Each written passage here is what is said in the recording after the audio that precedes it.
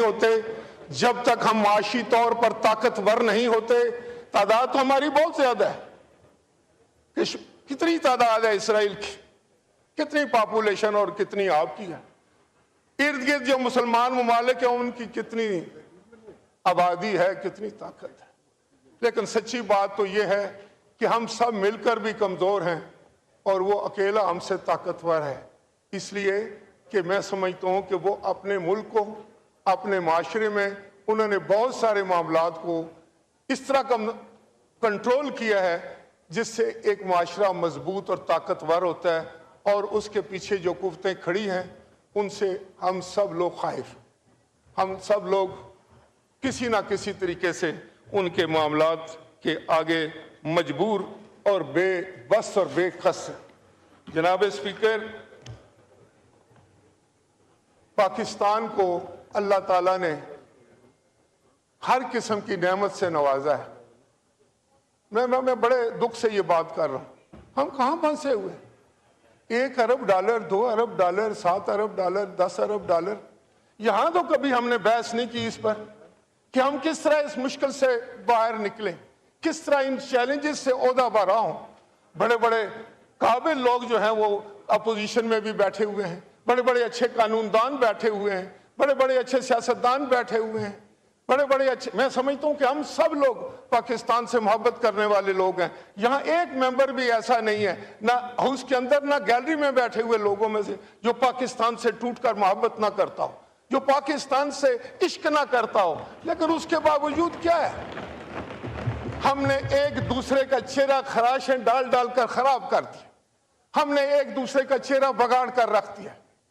ہم نے بحیثیت قوم اپنے آپ کو تقسیم کر لیا، تقسیم در تقسیم، کبھی مذہب کے نام پر، کبھی معاشرے کے نام پر، کبھی زبان کے نام پر، کبھی علاقائی تقسیم کر کر کے ہم نے چھوڑا کیا.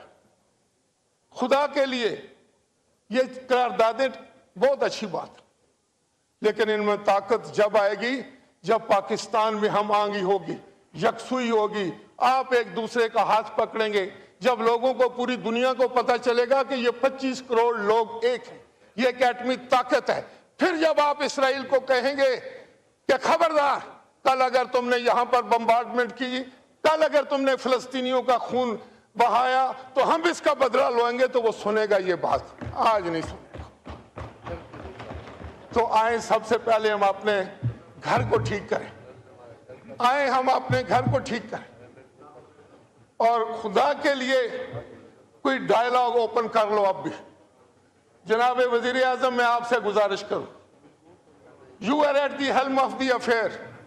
آئیں کوئی ڈائلاگ اوپن کریں، اپنے ملک کو بھی بچائیں اور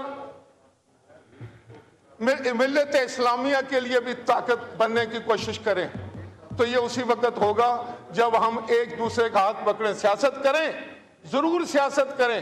آپ کا اگر کوئی بندہ گرفتار ہے اس کی بات کریں، اس کو گرفتار نہ ہونے کی، اس کو آزاد ہونے کی بات کریں، لیکن پاکستان کے لیے ایک ہو جائیں. اور یہاں بیٹھ کر جو آپ بات کریں وہ ہم آہنگی کی کریں. اور جو ہمیں درپیش مشکلات ہیں آپ کو بھی پتہ ہیں جناب، ہمیں بھی پتہ ہیں، ان پر بھی تو بات کی جائے. اور آخر میں یہ میں کہوں گا کہ میں فلسطینی عوام کو، ان ماؤں، بہنوں اور بیٹیوں کو خراج تحسین اور عقیدت پیش کرنا چاہتا ہوں. میں کشمیر کے ان عظیم دوستوں کو جو اپنی آزادی کی جنگ لڑ رہے ہیں خراج تحسین پیش کرنا چاہتا ہوں، اور ان کو یہ پیغام دینا چاہتا ہوں کہ ظلم اور بربریت کی رات جتنی بھی سیاہ ہو، جتنی بھی کالی ہو، جتنی بھی گھمبیر ہو، لیکن ایک نہ ایک دن کسی سویرے کے انشاءاللہ تعالیٰ دہلیز پر اس کو دم توڑنا پڑتا ہے، اور ایک سورج طلوع ہوگا، اور وہ انشاءاللہ تعالیٰ فلسطینیوں کی آزادی کا ہوگا اور کشمیر کی آزادی کا ہوگا. شکریہ جی. جمعے کی نماز کے فوراً بعد یہاں پہ نماز جنازہ انشاءاللہ پڑھا جائے گا. مولانا غفور حیدری صاحب.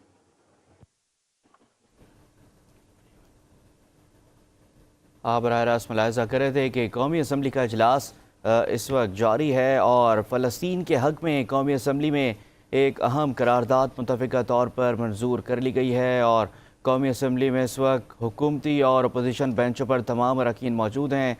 سب سے پہلے نائب وزیر اعظم اسحاق ڈار نے اظہار خیال کیا اور فلسطین کے حق میں قرارداد پیش کی، اور قرارداد کے اندر فلسطین کے حق میں جو ہے متفقہ طور پر یہ قرارداد منظور کی گئی ہے، جبکہ نائب وزیر اعظم اور وزیر خارجہ اسحاق ڈار کی طرف سے ایران میں حماس کے سربراہ اسماعیل ہنیہ کی شہادت کے واقعے پر متفقہ قرارداد قومی اسمبلی میں پیش کی گئی۔ قومی اسمبلی نے حکومت اور اپوزیشن نے متفقہ طور پر اسرائیل حملے کی مذمت کی ہے۔ پاکستان اسرائیل کی طرف سے خطے کو جنگ میں دھکیلنے کی اشتعال انگیز کارروائی کی شدید مذمت کرتا ہے۔ قرارداد کا یہ متن ہے: پاکستان شہید اسماعیل ہنیہ کے قتل کی شدید مذمت کرتا ہے۔ پاکستان غزہ میں فوری جنگ بندی کا مطالبہ کرتا ہے۔ پاکستان فلسطینیوں کی طبی اور کھانے پینے کی اشیاء کی فراہمی جاری رکھے گا۔ قرارداد کے متن میں یہ بھی شامل تھا کہ اقوام متحدہ فلسطینی عوام کا حق دلانے کے لیے کردار ادا کرے۔ قومی اسمبلی نے متفقہ طور پر یہ قرارداد منظور کی، جس کے بعد وزیر اعظم میاں محمد شہباز شریف نے قومی اسمبلی سے اظہار خیال کیا۔ وزیر اعظم میاں محمد شہباز شریف نے کہا کہ پورا ملک اور پوری دنیا اس وقت اسماعیل ہنیہ کی شہادت پر اشکبار ہے۔ یہ بات خوش آئند ہے کہ فلسطین کے لیے متفقہ طور پر یہ قرارداد منظور کی گئی ہے۔